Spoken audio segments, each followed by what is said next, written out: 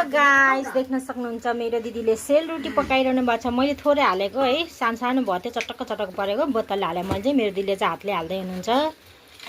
हाम्रो घरमा सेलरोटी पाकिरहेको छ गाइस, खाना आउनु होला हजुरहरु पनि।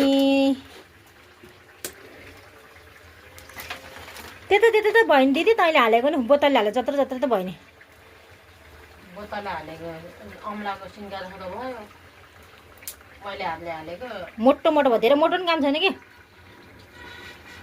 के बसाला दाल बसाला उताटी। हेलो गाइस, देख्नु सक्नुहुन्छ मेरो घरमा सिक्नु पकाएको छु मैले। हेर्नुहोस् है, ए सिक्नु खानु आउनु है।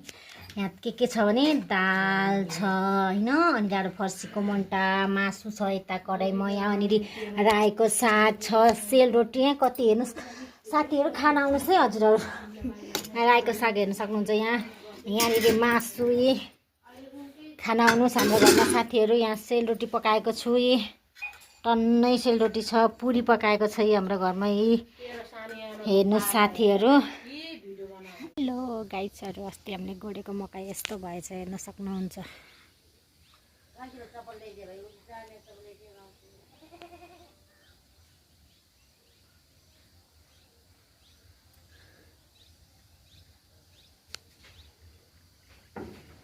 यति ठुलो ठुलो भएछ मकैहरू।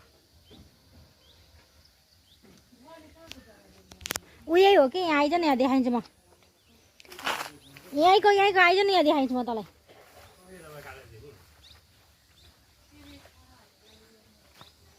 देख्न सक्नुहुन्छ। हेलो गाइस, हामीले अस्ति गोडेको मकै चाहिँ सकियो है, देख्न सक्नुहुन्छ। यति राम्रो भइसकेको छ अस्ति गोडेको मकै, यति अल्को अल्को। हाम्रो गाउँठाउँ यस्तो छ, यस्तो खतरा छ है साथीहरू।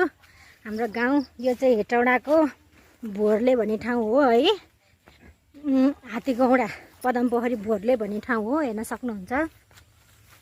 अहिले अब जताततै हरियाली मकै छ, ठाउँ ठाउँमा जताततै हेर्न सक्नुहुन्छ। हाम्रो चाहिँ मकै खतरा भएको रहेछ है।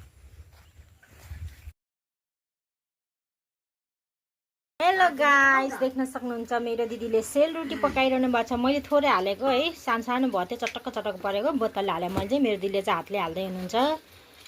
हाम्रो घरमा सेलरोटी पाकिरहेको छ गाइस, खाना आउनु होला हजुरहरु पनि।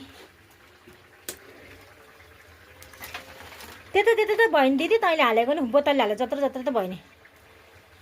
बोतलले हालेको अमलाको सिङ्गार खाँदा भयो, मैले हातले हालेको मोटो मोटो भयो, धेरै मोटो पनि काम छैन